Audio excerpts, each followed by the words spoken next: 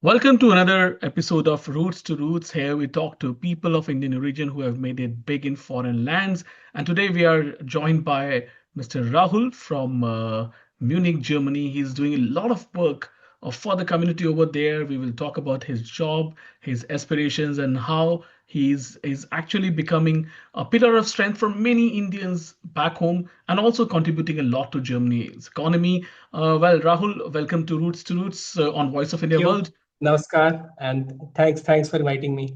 And yeah, it's a pleasure, and you are the first guest from Munich currently who is joining us. So please take us through in the beginning. How's life there in Munich for an Indian, for a global Indian who has really made it big out there? Yeah, so Munich is really a vibrant city. It's really, you can say, a Silicon Valley of Germany. So I moved here 7 years back. So I have seen quite a bit of journey here. So Munich is a mix of many things. It's not dependent on just one thing. It has IT, it has automobile, it has studies like microbiology or like biomedicals. So Munich is a mix of all these things, but with that it has mountains. It's on the foothills of Alps, so which makes it unique. And my journey started 7 years back when I moved here, and from then when I look back, I feel really happy. The journey has some ups and downs, but it's really good. Now the Indian diaspora has really become very strong here compared to 7 years back.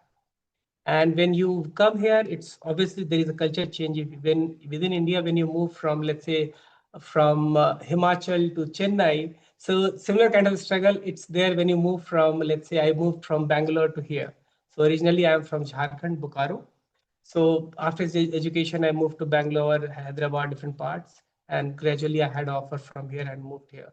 So initially, yes, there was some hiccups, making social circle, friends, finding the what is the system, how it works in Germany, because everything has a system, and the system doesn't move fast for you. It has its own pace to move things. So those things took time, but then slowly when you start meeting Indian diaspora and then you start understanding the system, then you think, now once you are settled, you have a good shelter and you have a good life, how to give back to the society. And I think from there we started a lot of things to think about, and from there my social service journey started. Sumit. So take us through this social service journey. As we understand, you also teach German to many Indians back home. What's the reason for that? So yeah, so maybe I'll take a step back. So 2 years back, when 1.5 years back, precisely when we were in like a lot of Indian community, when we meet in different community events, we realized that most of the people who are coming here, they are highly skilled, as in who reached higher education or they're in the already highly qualified jobs. But a big section of society is not able to come here, and then we realized what is stopping us to crack that. As in, let's say a guy who is studying in the remote area of MP or Andhra, and why he should not be competent on the international level. So from there, the journey started that somehow we have to do something so that all the semi-skilled worker, what we call the underprivileged, somehow they cannot do the higher education for, maybe it could be the awareness, it could be the, so basically the difference comes the access to resources. So I come from, as I said, I come from a small city called Bokaro, and where I realized it's most of the students within that city were very successful. But after 5 kilometers of that city, it was different. And why? Because within the township, the access to the resource was very good. Outside, it was limited. So that made me realize that if we can provide the access to the resources, and what happens that all the ITI, diploma, polytechnic, so in terms of jobs, let's say carpenter, gardener, electrician, fitter, so those kind of jobs, they migrate a lot within India, but they do not have a means to put themselves in the international market. And Germany, or let's say most of the Europe right now, they have a labor shortage. So what they have been looking for, that in their native language, if somehow the workers can come. And right now, if you see, the migration is happening, and we have a good opportunity. And as our government keeps saying that we have a like demographic dividend and advantage. right? That we have a lot of youth who are in the right age group. So from there, we thought how we can do that. So we don't only try to aid in the foreign language, but we also try to make them culture aware, what happens in Germany and what are the opportunities, what are the pros and cons. And then we try to connect with the local employers and try to make them aware that if they come into the job, what happens. So it's pro bono, it's 100% volunteer. There's no money involved here. So we are not a training center or a coaching institute who are trying to place the students. So it's all our volunteers, and we have a lot of colleagues who come from different parts of India, and we put together our hands that let's do something. And we started last year with Bihar. So in Bihar, we started with a pilot project called Mandhar, and over there we taught 300 students. And the response was really good. Then we started with Andhra, and right now in Andhra we are teaching 1,000 students. And by end of this month, we should have a one batch pass, and the target is by mid of next year we should have a good number of students coming over to Germany. So the idea was that how we can make the rural workers available to the international market, and that's what we are trying to do here. Okay, Rahul, just tell us a bit about the life for an Indian in Germany. You are in Munich. What kind of challenges did you face, or do the Indians face currently also? Apart from language, should they be concerned or ready for anything else? What are your tips? Yeah, so there are many challenges here in terms of first is the culture shock. So as a culture, we Indians are very warm. The moment we see, we try to talk, and the concept of still we don't have that personal space and those kind of concepts. So here, what happens that people may talk very nicely in front of you, but the way here things works is totally different. So the moment you land, the bureaucracy starts. So means like when you land in Germany, within 15 days, you have to register yourself. Then you have to have a medical insurance. Then you have to have, let's say, telephone. Then you have to have your school kids registered, kindergarten. So the whole process, if you don't know initially, it takes a lot. And from there, we also had a lot of struggle. Like here, most of the things are public schools, public kindergartens, because the private schools or kindergartens are too costly. So normally when a student comes and let's say find a job here, or let's say a new guy comes here and joins a job, so with that they cannot afford to have a private, because private is really a luxury here, which means you have to go to the public system, and public system has its own way. So which means that in a way it's very good. So as an example, like in kindergarten, so where my let's say my I have two sons, one is 9 years old and another is 4 years old. So one goes to kindergarten and one goes to school. So maybe I'll just walk you through with that their journey, and maybe you'll realize how good it is. So in kindergarten, what happens when you go there? So you live in a neighborhood, and normally you try to register in all the kindergarten, and based on the availability, they try to give you a place. And over there, it does not matter whether you are a doctor, whether you're an engineer, whether you're a housemaster, a carpenter. So your social status is not being checked. So which means all the students, all the kids basically who are from a different background, they are studying together. So it's already bringing the equality, that there is no barrier of like up and down. So you can think a poor guy reading studying in Amity University, it's very different, right? So here all the kids from different background study together, and then they don't know who's the other's parent, what they do, because that doesn't matter. And in school also, it's the concept remains same. And in school they don't put pressure on the kids. So here in school it starts at 6, so which means until 6 years kids are in kindergarten, and they don't teach how to write, how to read, but they teach the social etiquettes, like how to go in the traffic, how to behave in trains, how to behave on a dining table, how to cut the woods, how to paint. So these kind of things, I think it's there in India, but that's only for you can say upper middle class. So the government institutions for primary, let's say Anganwadi. So Anganwadi is a classical example you can compare, but the infrastructure wise we have a difference. So in Germany, that makes it very different. And even when let's say someone comes, he has to be insured. So which means all the expenses of his medical is taken care by the insurance. So although it's slow, so when we first moved here, so on a weekend, my son had a, let's say, 103 fever, 103 and 104. So being an Indian parent, we got really paranoid that everything is closed. How we'll deal with it, because Saturday, Sunday, everything is closed. On Sunday, nothing is open except restaurants. So now we were like really paranoid, but then slowly we realized that it just the mindset we have that if someone is sick, we have to find medicine.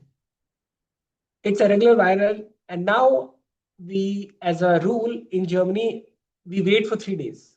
So unless you wait for 3 days of fever, you don't need to go to your doctor because he will not give you a medicine. And slowly now we have realized that instead of panicking, you have to wait, let the body fight. And in the last 7 years, I haven't taken any antibiotics. So it's not that I'm refusing it. It's just that doctor says you don't need it because it's just a virus. It will take your own path. But yeah, back to your question. So life is difficult. Like it's right now, it's winter. And when winter comes, everyone goes inside their homes. And if you don't have social network, because as a culture, German, they don't trust easily. It takes time to build a relationship.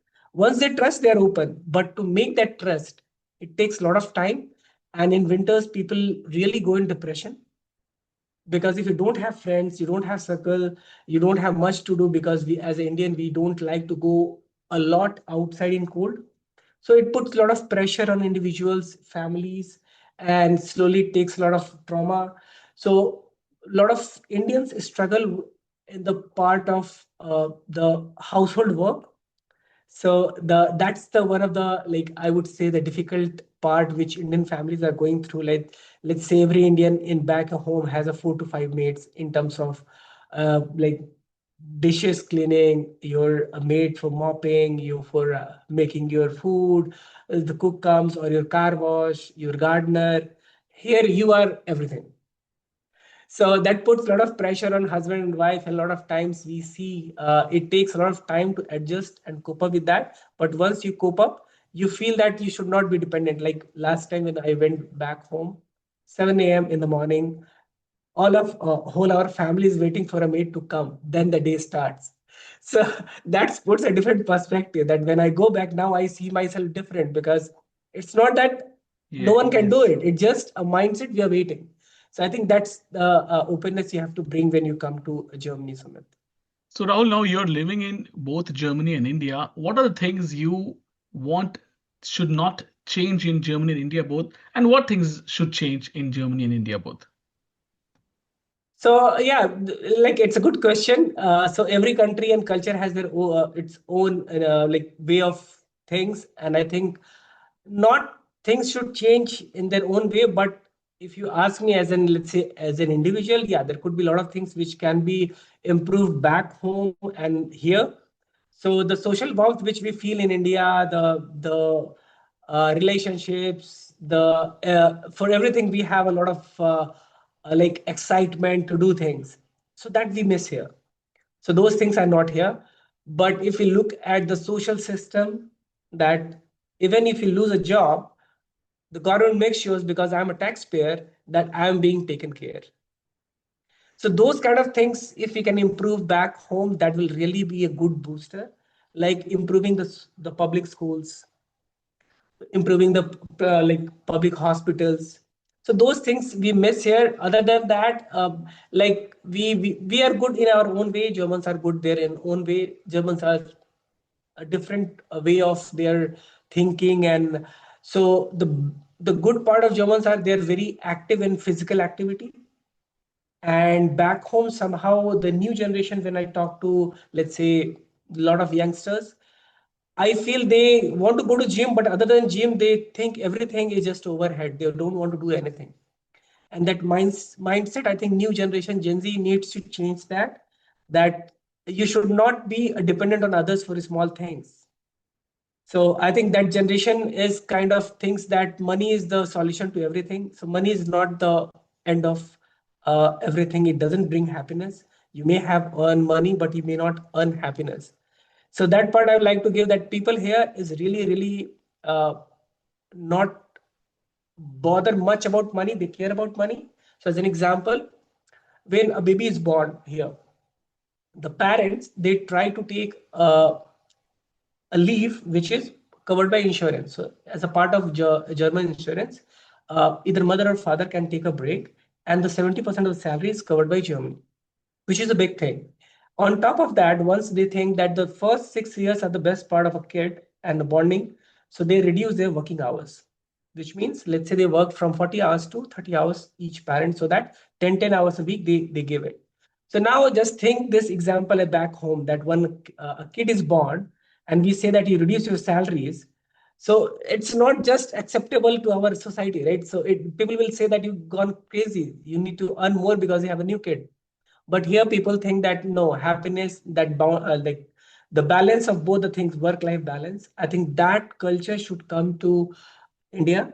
That because in India still work is the end of the world.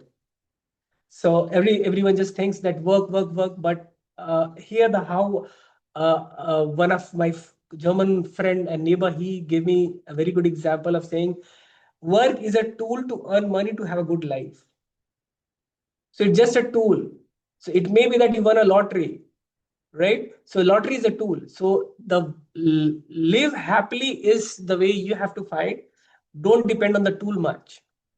So that system, if we can somehow bring it in India, that we need to have a good and the respect for everyone. So the good part of here is no matter what is your income status, you are not being judged. So people respect you, and there is equal respect for everyone. And the other thing which India should bring in is the difference in salaries is very less in Europe. So if you're a, let's say, a carpenter, you are an engineer, you're a doctor, the variation is not in terms of multiplication, right? That is 3 times, 4 times. Like in India, let's say security guard versus an engineer, software engineer. It's like 100 times, right? So that kind of uh, difference creates classes and society divides. But if you can bring that, let's say as an example here, very rich people also don't hesitate to buy second-hand things. But back home, if someone is earning, let's say, 1 lakh rupee per month, and if you say that second-hand items to buy, he may get offended. So they also, there is a reusability. So as a developed nation, there is a lot of wastage being produced. But I also see that they reuse a lot of things. They make their kids realize that you don't need to like go every time new. So these kind of things, Sumit, I think we should bring in. And from India, the cuisine, what we have, Germans should adapt it, because the German, normally Munich comes in a Bavarian state, and here like people prefer more meat and bread than green vegetables. And you know that most of the Indians, when we come here, we are like a vegetarian, or we mostly like eat chicken. So with that, if we can have a good cuisine here, so that will be really good. Sorry, really sorry. Yeah. Sure, Rahul. Now, Rahul, for skilled or semi-skilled or unskilled workers, all of the categories, how is Germany when it comes to work? And what should they keep in mind if they're planning to come to Germany for work, all for all kind of classes, semi-skilled, skilled and unskilled workers? What's the scope there as well? So there are multiple things here. So it again depends on the what age group. So right now the semi-skilled workers have a good opportunity here, but the with the salary with what they start also depends on what they have done, their qualifications. So there are many parameters, but I would say that if you are young, it's really good opportunity. If you are like above 35, right now it not be a good market, because you will learn a lot, you have a dependent family. But if you are young, you come here, you get a, it's called Ausbildung, which is a training.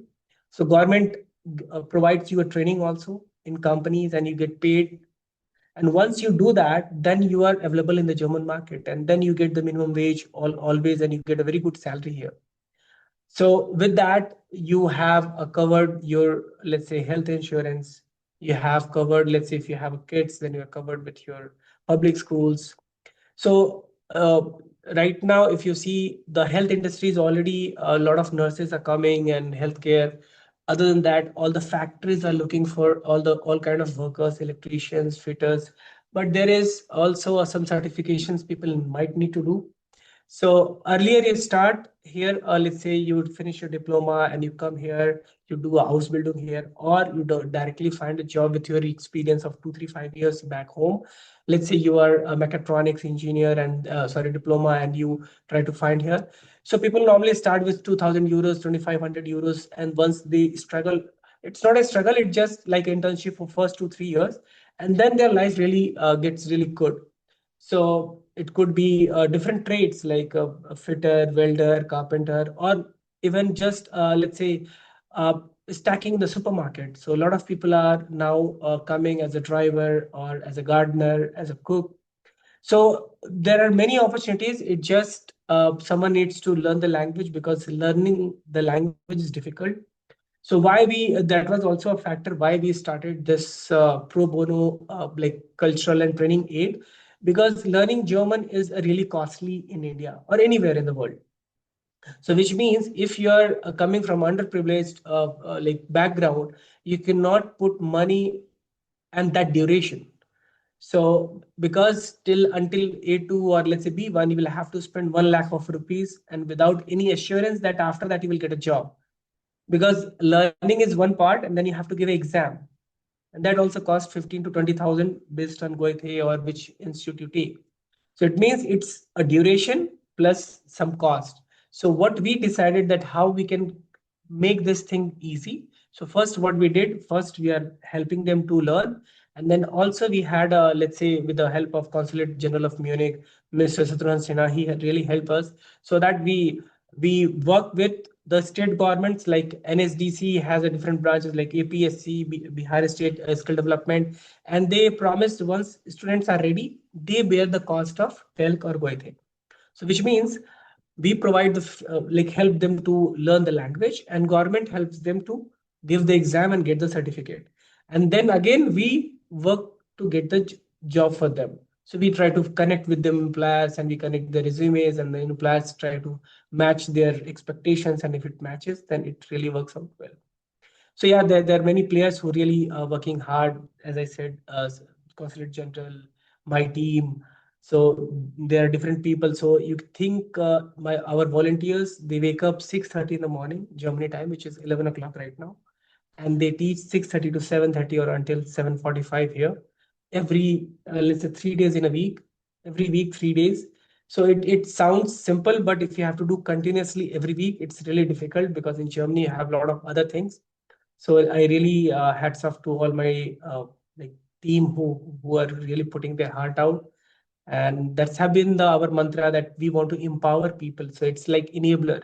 So it's like enabling the dream. So when we started with Andhra, so Andhra government really responded very well. The MD of AP Skill Development, Mr. Ganesh, then advisor to the government, Sita Sharma, then Manohar Reddy, the executive director.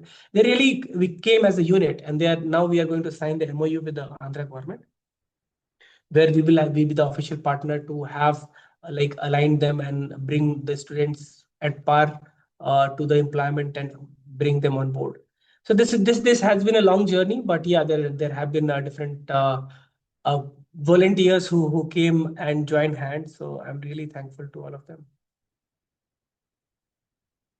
So great, Rahul, for taking us through this exciting journey, talking to us about all that what you are looking at there in Germany, the life over there, and what is the opportunity that is thrown open for people skilled, semi-skilled, and unskilled. Thank you so much for joining us today on this episode of Roots to Roots, where we are again going to come back to our audience with more stories, success stories like Rahul have in Germany, and keep on watching Voice of India World, Roots to Roots. Thank you, Rahul, once again for joining us Thank today. you. Yeah.